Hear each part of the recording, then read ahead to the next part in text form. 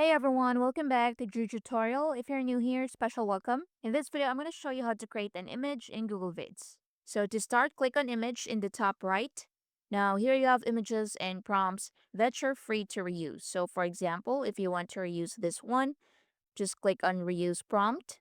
And here you can change the aspect ratio.